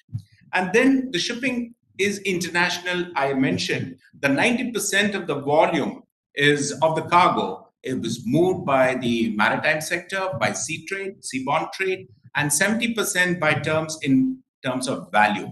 Now, automatically, shipping plays a big role in the balance of payment and exchange rates. I mean, in the sense what you call shipping also, for example, I mean, I'll just give you the 3 leading shipping container lines. Maersk is estimated to make a profit of $30 billion this particular year. In the first particular quarter itself, they have made $9 billion. So that's an income to the Danish government kitty. Same thing with the Mediterranean shipping company. I mean, in the sense in Switzerland, I mean, they are also in a particular 20 billion bracket, as well as the CMA CGM in France. So UK, for its earns a lot of its exchange of money. I mean, rather from the services, maritime services that they do. And I mean, like, you took lake and taken countries like Indonesia and Philippines, which are giving a lot of manpower, or even for that matter, India. I mean, it's also the foreign inward remittances which come from the crewing department. So shipping and maritime trade, I would like to tell you that the value of cargo shipped by sea, I mean, was approximately $7 trillion by way of value, which is the GDP of Japan. And if you have to take the freight component alone, I mean, that comes to almost about 0.7 trillion tons by earnings by way of freight. So in 2021, we had 99,800 ships, and this grew up by 3%. And the present deadweight is about 2.1 trillion tons. And the UNCTAD expects that the growth to take place between around 2.4, and in the last decade, the international trade took place by 2.9%. Now, if you have to understand the world trading scenarios, you look in terms of the world economic growth, which has been projected. I mean, like, it was 2.5% in 2019, and due to the COVID, we had negative growth of 3.5, and we are it is projected that it is between 5.2 to 5.3% in 2021. And India's growth, as per UNCTAD, has been 4.6% in 2019, minus 7% in 2020, and is expected at 7.2% as per the latest UNCTAD figures of 2021. So with this particular part, these are the stakeholders which are involved in the shipping sector. So next slide, please. So now, when we come to the Indian perspective, I mean, in the sense let us look, where do we stand? I mean, in the sense, India is in the 19th position in ownership of world fleet. Rather, we are about 1.2% of the total carrying capacity in world shipping. we, as far as the number of ships go, I mean, like by way of registration, we are at the number 18th position, 2% share of world vessel total. And we had a negative growth of minus 2.1% by deadweight in 2021. Unfortunately, I mean, like, if you have to be a strong maritime nation, India has to figure in the top 25. I mean, like I mentioned earlier, that we require to come into the earnings by way of like what I mentioned in Denmark, or whereas in France or Switzerland. So the top 10 shipping economies are Japan, Greece, China, US, Singapore, Norway, Germany, UK, and Hong Kong, such a small island. And these are the top, South Korea are the top 10 shipping economies in the world. And the world average of fleet is around 9 to 10 years if you're taking bulk carriers, containers, and the same. But whereas the average age of the Indian fleet is about 14.3 years, as per Indian National Ship Owners Association reports. And 93% of the shipbuilding activity takes place in Japan, Korea, and China. Unfortunately, India is having less than 1%. And I mean, as far as sports go, JNPT, has attained the 28th position on the list of world's top 30 container ports. And out of the top 10, China has 7 top 10 ports, including that of Hong Kong Special Administration Region. And as Captain Panda mentioned earlier, that we have a strong edge in the recycling, ship scrap, and demolition industry. So between Bangladesh and India, we account for almost 83% of the recycling industry. And this is where I would like to come into the position. India is in 5th position among seafaring supplying countries in 2021. And here, since it's a contemporary challenges, I would like to mention to you as to what is happening, what has happened yesterday, today, and how it affects India's 5th position, which is perhaps we have to be worried about. The topmost position of seafaring is handled by Philippines, then comes Russia, then comes Indonesia, and after that comes China. Now, you know the passport index. I mean, in the sense, out of the 192 countries, Singapore, Japan, Germany, Luxembourg, their passports are very strong, where you can visit 192 countries. So Philippines, I mean, is in the 77th position. I mean, which can gives visas to 66 countries. Russia gives 49 and is in the 49th position. Indonesia is in the 70th position. China is in the 71st position, and India is in the 5th position. And our passport ranking is at 85, with the visiting countries about 57. So I mean, diplomatically also, we have to make sure that we move on to the international edge, and this is a matter of concern for all the seafarers. That's the diplomatic row which has taken place in the last 2 years, 2 days in the country, last 1 week in the country. Next slide, please. Captain Meneses, just another 4 minutes more. Yes, sir. I mean, in the sense, you have the challenges. I mean, the geopolitical equations. I mean, the Russia, Ukraine, I think you have had a separate. The US, China, you have the South China Sea. And climatic change is we have got to come in with monitoring our greenhouse gases and the carbon dioxide emissions, cyber risk management. And then you have the marine automated surface ships, the blockchain digitalization, and then the commercial law implications. I mean, in the sense, law of the sea, I think you have had a cover this thing, as well as in UNCITRAL, that is the United Nations International Commission on Trade and Law, and the WTO on free trade agreements. And the biggest problem for the Indian particular part is finance. I mean, and it's becoming tighter with the environment, social governance norms. Last slide, please. Last slide.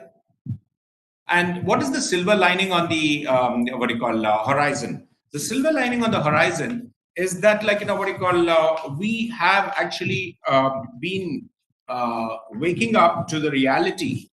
The previous slide, Mangalore University, we have a strong talent pool of human resources in all maritime sectors. I gave you all the stakeholders, and if you take everybody, we are in this particular field. I mean, we are front runners as far as Indian shipping back office operations go, on par with international standards. You take any of the top shipping companies or any of the particular top shipping underwriters or anything, they have got their back offices in India and they're functioning well. And the spirit of competition by way of the unicorns that are happening, we are improving in our privatization, which is the era that is emerging. And the government too has pledged that it will commit itself to follow the UN Sustainable Development Goals of 2018 by 2030, 2050, and hopefully that a statement has been made that we will be a green economy in 2070. So that's the vision of the government. So if I have to make one single suggestion, I think even Captain Panda has made this particular point earlier, that we have to have something like Maritime India Outlook. I mean, in the sense, on similar lines, what you have in UK. I mean, you have Maritime UK, whether it is a production of an original equipment manufacturing, whether there is pyrotechnics, it is one-stop shop.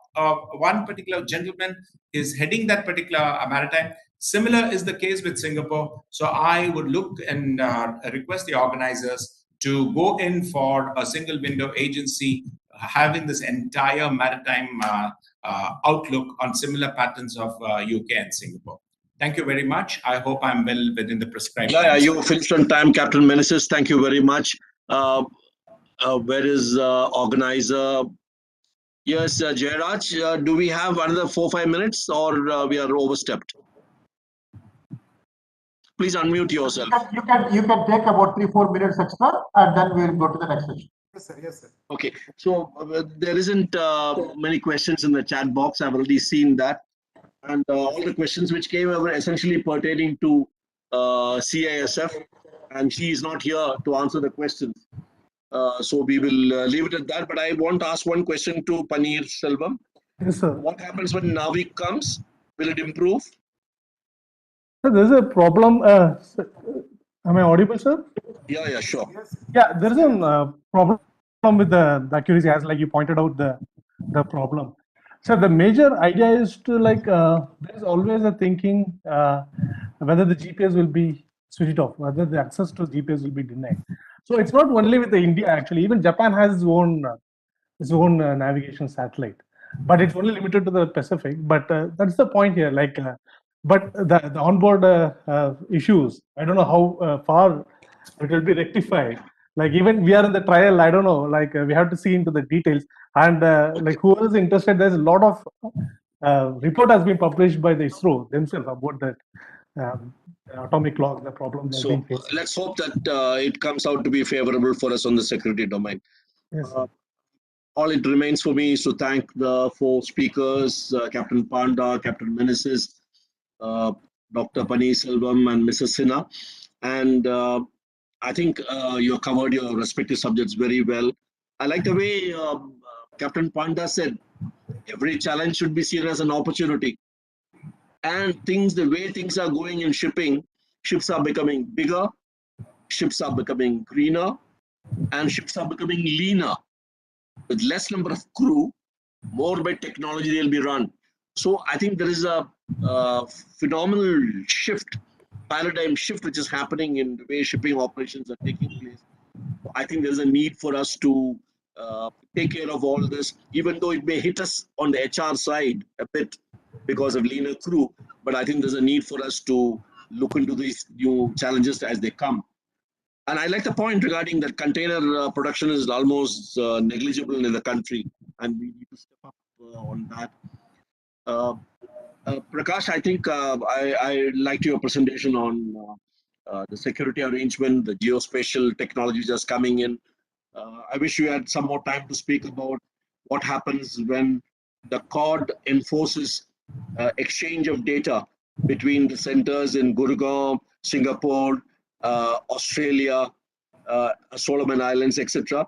I wish we had some more time to discuss that. People would have been a little more enlightened on how spatial security situations would be. Mr. Sinha is not here, but notwithstanding that, there were some questions whether minor ports are under state and we also partly depend on them, so they have to work along with state governments, if I know correctly. But there seems to be some doubts regarding single point mooring, security, etc. Some clarification has come from Captain Panda on the chat box on that, and there seems to be some coordination issues with other security agencies as far as CSF is concerned. CSF feels they are underemployed or underutilized. The deployment profiles, etc., need to be looked into. These are points which the organizers should take forward and get some more clarity, because I'm not able to give clarity on that, nor is the speaker is able to give clarity on that. Captain Menzies, thank you very much for the very short and crisp presentation which you talked about. And I just want to highlight, there's a document which has been issued by the government called MIV 2030 by Ministry of Shipping. I think got issued about 7-8 months back. It's a very, very well documented, very well structured document, and it covers most of the issues which you are talking about, and many other speakers were talking about other sessions. And for those people who are not in this pertaining to this session, if you get an opportunity to read that book, please read it. It's very well written. For a change, one of the government publications which have been very well written. I would like to compliment the Ministry of Shipping for that. With this, we close session 6. We are overrun in time by about 10 minutes. I know Chengappa is waiting eagerly to take over. So the next session, I know we have stepped into his time, but thank you very much for giving us the extra 10 minutes, Mr. Naik. So I hand over back to you Yes, on thank you so conclusion much, sir. of session Thank you 6. so Thank you much, very much. Admiral Big Kannan. And you are really, you chaired in such a way that session really, admiring us and your team, which held the thought-provoking discourse on maritime management, which paves the way for tackling many burning issues and challenges which are being faced by Indian maritime security. Sir, thank you so much for you and that aspirants, and you are actually, that other people who are watching this entire seminar, and the presenters and the viewers and other dignitaries who are watching this session. Thank you so much. And after the session, I ask all the participants, please, give the feedback that on form which is there in chat box form, and give the feedback. Immediately we move on next session. The last session, but not the least, we'll be concluding with the validity session, and the maritime diplomacy will be starting now. Plenary session 7. So this session will be chaired by very, very dynamic and intelligent person, Professor, Vidanda Chengappa. So now it's my pleasure to introduce him, a short and brief, presentation of introduction on behalf of Professor Vidanda Chengappa, and also he's one of the instrumental and pillar of this ICSB Bangalore, and they, Professor Udaya, Udaya sir, and even all members, they're esteemed members. They caused to organize this tourist national webinar. It is my pleasure to introduce Professor Vidanda Chengappa. Dr. Chengappa was the CRIST deemed to be university till February 2020, which he taught international relations. He conceived the Masters in International Studies program in 2014 and was its founder coordinator at the university in the initial stages. Prior to joining the university, Dr. Chengappa was a senior editor with the Deccan Herald newspaper, where he handled the editorial page and also wrote editorials on international affairs and national security for 6.5 years. Before that, he was a senior research fellow with the Institute for Defense Studies and Analysis. He also served in New Delhi, where he headed a Pakistan desk for 4 years. During this tenure, he lectured widely at army fighting formations, police, and foreign military training institutions. Thereafter, he was a consultant to the Ministry of Defense for 2 years on a Pakistan-related project. Dr. Chengappa was earlier a military correspondent with the Indian Express newspaper at New Delhi for 2 years. Prior to that, he reported on the defense ministry industry for the Hindu Business Line newspaper based at Bangalore. As a journalist, he has reported on the Army, Air Force, and Navy, besides Defense Research and Development Organization, and also the Ministry of Defense, which has enabled him to comprehend national security in his own way. He holds a PhD on India's relations with China and is he has a master's in strategic studies. He has authored 2 book-length studies and a research monograph on Pakistan's fifth estate. The Directorate of Inter-Services Intelligence. Since 2010, he is member secretary of the Institute of Contemporary Studies, Bangalore. Sir, with this a short brief of your biodata, I kindly, heartily welcoming you to lead the session, and on behalf of the Bangalore University and the ICSB, I wholeheartedly welcome you to lead the last plenary session 7, that other members of the plenary session or panel discussion, that Vice Admiral Shekhar will be there, and Maritime Diplomacy, that Dr. Sripati Narayanan also there, and one more, Professor Dr. Arvind Acharya won't be able to come over there. He's unable, as he said on the message. So I kindly request you compile in such a way as soon as possible. Then we'll lead to validated section. Thank you so much, sir. Thank you. Thank you, Dr. Dayananda Naik, for the introduction and the rest of it. So, luckily, as he mentioned, there are only 2 panelists, so we will be on time, more or less. Now, ever since I was given this task to chair this session on maritime diplomacy, I was wondering what is the difference between gunboat diplomacy and maritime diplomacy. Now, basically, gunboat diplomacy, as one is known in the earlier times, is all about bargaining, signaling, and show of force. And maritime diplomacy goes beyond gunboat diplomacy. It involves a lot of constructive diplomatic engagements, like goodwill visits by warships to foreign ports, joint naval exercises, HADR, what you heard in the morning, humanitarian assistance and disaster relief, and search and rescue operations. And lately, maritime diplomacy, which is, like I said, an expanded version of gunboat diplomacy, also involves reciprocal visits, media visits to each other's naval facilities. In fact, the Chinese Chinese PLA Navy had a Indian media team visit them some years ago. Now, that is broadly maritime diplomacy and gunboat diplomacy. Indian Ocean has witnessed gunboat diplomacy when the USS Enterprise entered the Bay of Bengal in 1971. So, having said that, I am happy to welcome Vice Admiral Shekhar Sinha, a very distinguished 3-star rank naval officer, on the panel. And I will introduce Vice Admiral Shekhar Sinha very briefly.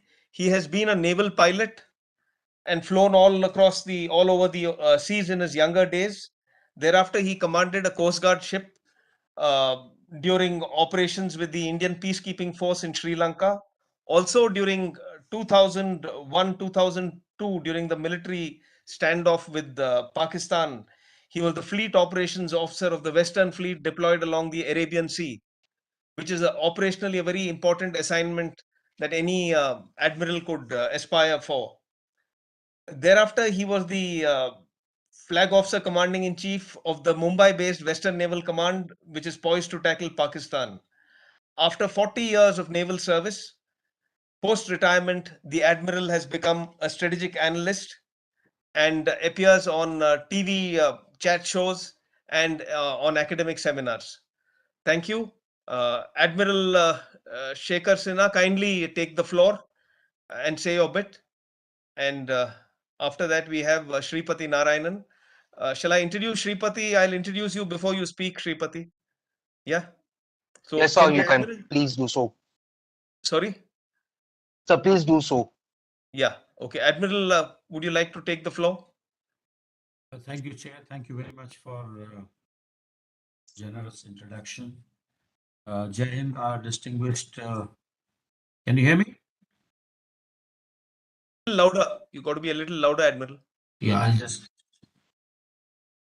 I'm having a little trouble with my internet.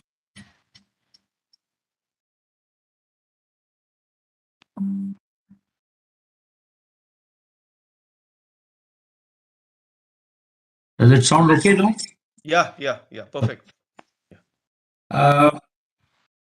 As I said, thank you very much, Chair, and Jai Hind to all the participants and the students who are listening to this conversation. Thank you, Commodore Rao and Mangalore University for inviting me to speak here. Let me jump to the topic straight away. First question which comes to my mind is, why should maritime domain be shaped in the Indo-Pacific? The subject given to me is reshaping the maritime domain in Indo-Pacific. So why should we do this? Let me suggest a practitioner's perspective. Somebody mentioned 70% of Mother Earth is ocean, and 95% of world trade, in fact, India's trade also, it travels over the sea. India is shuttling at about fourth and fifth position in the economic order of the world. Total trade about 2 years back was about $656 billion, of which $284 billion was in export, and $372 in imports. This year in February, the export stood at $37.1 billion, which is a record so far in a month, and $57 billion in imports. As far as our neighbors are concerned, ASEAN trade is not very much. It's just about $78-79 billion. And obviously, Singapore is the largest sort of shareholder in this. The important point is that entire trade of $649 billion, it has traversed over sea in last 2-3 years. Nearly all of import, 372.85, they transited over oceans. So primary requirement of any trade is safe and timely arrival of public goods. When we talk of safe arrival, we are talking about security of the carriers throughout the sea lanes of communication. And timely arrival hints at free and open passage without any restriction. And that is what brings me to the subject. Therefore, this entire ecosystem, the ships moving from one place, loading, offloading, you heard in the previous sessions as to how it is important and how it can affect the prosperity of the country by increasing the trade. So the whole ecosystem with the maritime trade must be conducive to achieve safe and timely arrival of all the goods. Stands to reason that not only domestic ecosystem, that is ports, custom, connecting roads, infrastructure, handling processes at the port, safety procedures, training of personnel, handling engineering equipment. Dr. Managers mentioned a lot of these, challenges. Well-being of people engaged in handling distribution system of trade. I have one suggestion, sir. One suggestion. Sir, you have put on both the audios. I think you are on 2. If you can mute one, because there is echo. Which you have put on the 2. So if you can, I think now. Is it okay now? Is it okay now? There is echo because you are on 2, I think, sides. Yes, now it's okay. Now it's okay, sir. Can you hear me? Yes, sir. Yes, sir. But I still feel there is some echo. There is still echo. Somebody who is putting on the audio, if they can mute, that would improve.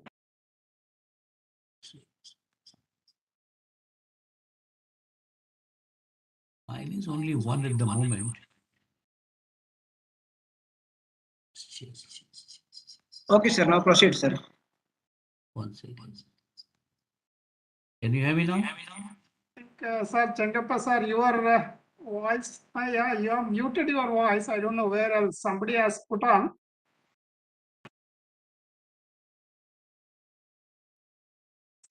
You can proceed, sir. Okay. So what I was saying was that it is not only the internal ecosystem, but also the external ecosystem has to be brought on board if the two-way trade traffic has to take place smoothly and all the associated activity which I mentioned.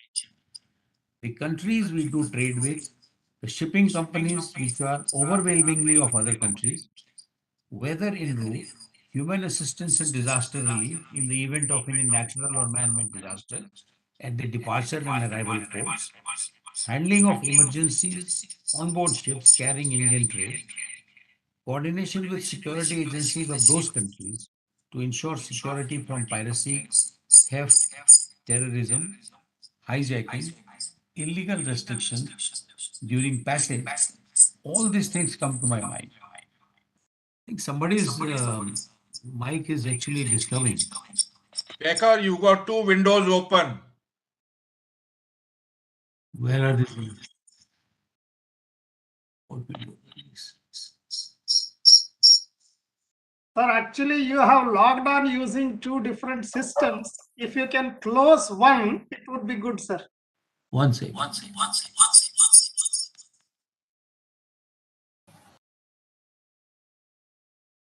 Let me leave and join. One second. Can you hear me? Yes, sir. Now it is good, sir. Yes.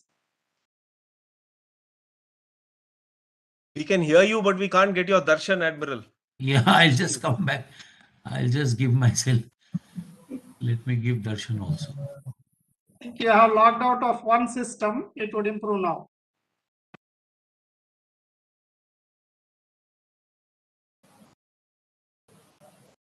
How is it looking now?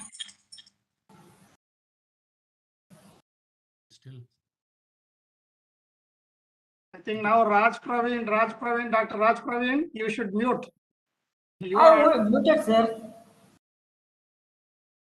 Is it? Looks okay to me now. Can you hear me, sir? Can't hear anybody. You open two windows, Admiral. आप दूसरे window को close कर दीजिए. Let me rejoin.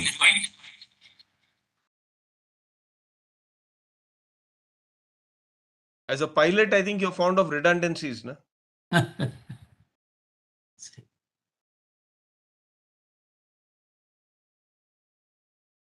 one window is still open, sir.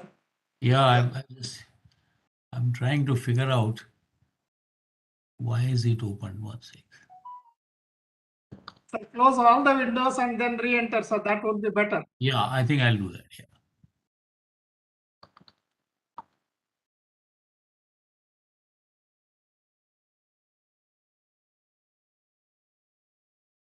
Am I still audible? Yeah. Oh, You're audible, Admiral. It means that this window is still. I've shut off everything and yet you can hear me.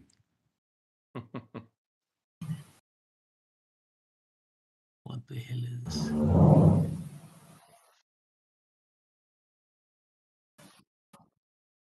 I think we'll, in the interest of time, it's better to avoid your visual. If you can just speak on, we'll listen to you and your presentation. Yeah. Okay.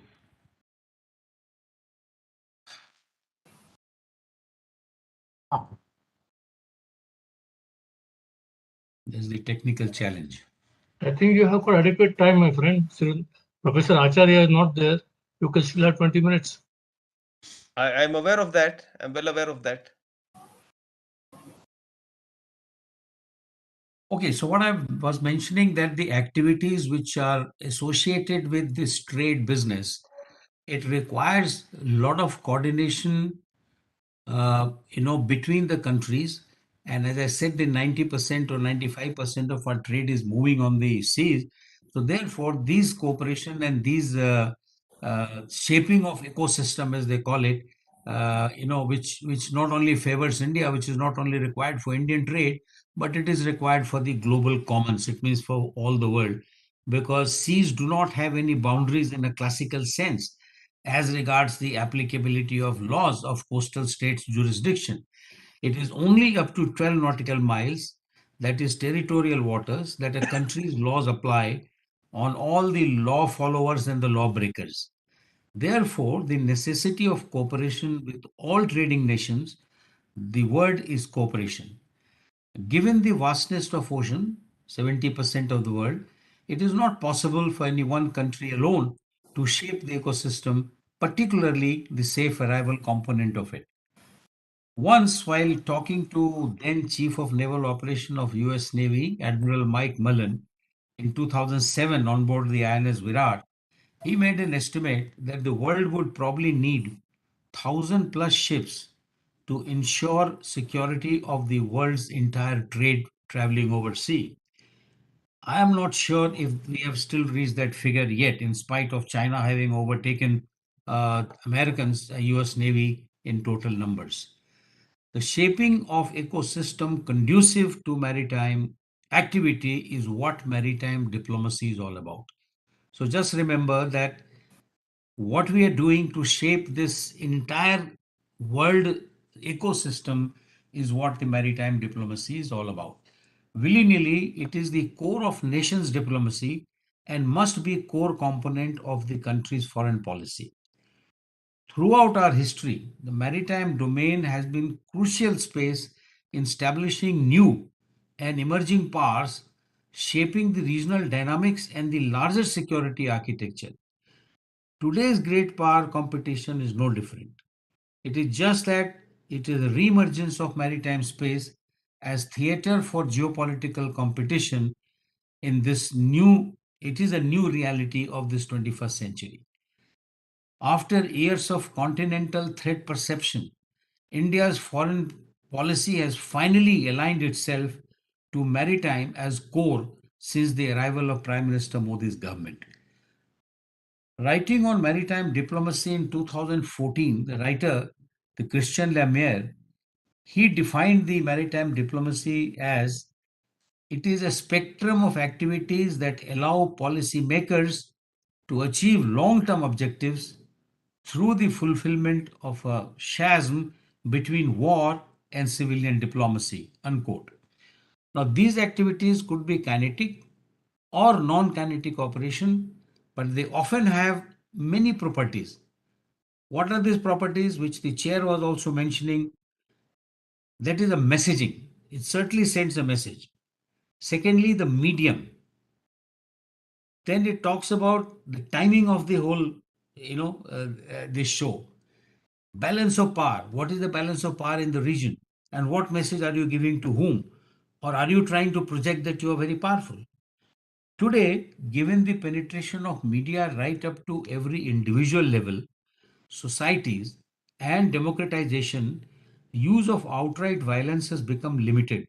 And therefore, maritime diplomacy is likely to remain a useful tool in shaping overall international relations. As I said, since there are no borders at sea, oceans are used by all global commons, and therefore cooperation is the name of the game. One country alone cannot regulate this medium. As far as naval combatants are concerned, 90% of the times the naval ships meet other ships which are actually engaged in innocent passage. And therefore, even in war with another country, the naval forces are expected to adhere to the provisions of safe and secure trade as laid down in the IMO and UNCLOS regulations, meaning that you can't just go about firing at anyone and everyone because 90% of the ships are actually innocent passage involved in trade. Just because you have gone to war at sea with somebody, it doesn't mean that the trade of the rest of the world will stop. They will keep traveling. 1,30,000, 1,40,000 ships per year in Indian Ocean. That is the kind of traffic that you're talking about. So maritime diplomacy must achieve both diplomatic and political objectives without causing violence or conflict. Now that should be the overall aim. You know, the navies or the combat forces are not there to create a war. They are actually there to deter a war and prevent a war. So that is the broad concept of, the naval power. So what are the drivers today for maritime diplomacy? What necessitates maritime diplomacy? So I'll go back to the same writer, Christian Delamere. He has identified drivers to be many. It could be political, it could be legal, it could be moral, it could be technological, it could be nationalism, or maybe it is sovereignty, or maybe international laws in this increasingly multipolar world, changing characteristics of warfare, global financial crisis, all have called for using maritime diplomacy to attain the country's diplomatic and political goals. I would add to all this, the pandemic elimination is also one of the latest maritime diplomacy activity. Therefore, we see that maritime diplomacy provides the country a form of political activity which is short of war to fulfill certain goals. Now, let me say what are the forms of this maritime diplomacy? How do we go about doing it? But basically, there are three forms. One is a cooperative form, second one is a persuasive form, and third one is a coercive form. Broadly, this is what it is. While cooperative maritime diplomacy is what we practice often, the persuasive diplomacy is also prevalent in peacetime. It is in the form of flag showing. It works as messaging of friends and foe alike for power play and geopolitical strength, maybe to display geoeconomic and geostrategic reach as well. Persuasive diplomacy is a repeated flag showing within the bounds of cooperative mechanism in areas and time of our own choosing, which meets the political goal. For example, right now the naval ships are visiting ports in South China Sea and thereafter to Pacific countries. So it is a persuasion that I will be present here, I will be using this part of sea, whether you like it or you don't like it. So this is a persuasive kind of diplomacy.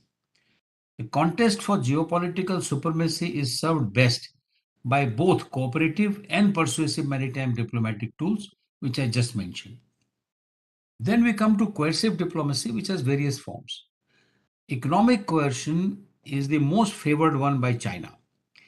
We see live examples in Sri Lanka, Pakistan, Maldives, and likelihood in Comoros, Tanzania, Seychelles, Myanmar, Cambodia, Laos, Solomon Islands, etc. India uses flag showing or persuasive diplomacy for diaspora confidence also. I would suggest that maritime diplomacy helps in shaping the overall strategic ecosystem of a country. Maritime diplomacy must also be backed with domestic capabilities and economy, which was mentioned in the previous panel discussions. Examples are port, infrastructure, shipbuilding, education, industrial base for manufacturing, etc. Country has to have all of nation approach for an integrated statecraft, and they should identify commonality of purpose in this complicated external security environment. So three factors are important when you go about doing this maritime diplomacy. One is the domestic capabilities, obviously economy being major, the balance of power in the region and also within the country. Do you have enough power distributed amongst various arms of the governance so that you can project yourself or you can do this diplomacy, maritime diplomacy, in more effective manner? For example, if you have a very strong naval force, then you can project it for shaping the shifting strategic environment of the region. Then the regional and global order. What are international laws and what are characteristics of regional order amongst the democracies? You can't go about wasting your time anywhere and everywhere. You have to have a targeted approach to this. Few things which come to my mind under provision of cooperation, because this is the one which is practiced mostly by our country. I would say that fisheries, sustainable use of marine resources, how do we track lawbreakers, meaning UNCLOS, build capacity of partnering countries to enforce international order, framing laws to support naval operations in pursuance of the task in our own region of influence. Maritime diplomacy must address regional cooperation for research, IUU fishing, capacity building, which I mentioned. We must share expertise, must train people who need to be trained, mapping the marine resources, etc. So these are the areas, these are the subjects in which the maritime diplomacy is best practiced. These protect and promote rule-based system not only in Indo-Pacific but globally. Aim should be to bring assets and people together to shape and influence the environment. Build confidence by managing day-to-day non-military risks. It has been